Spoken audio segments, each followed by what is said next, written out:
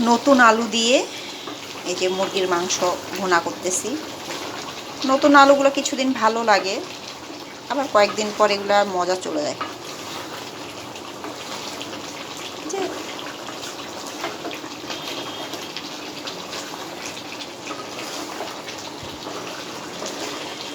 আমরা সবাই সবাইকে সাপোর্ট করব, সবার ভিডিও বেশি বেশি করে দেখব, লাইক কমেন্ট করব।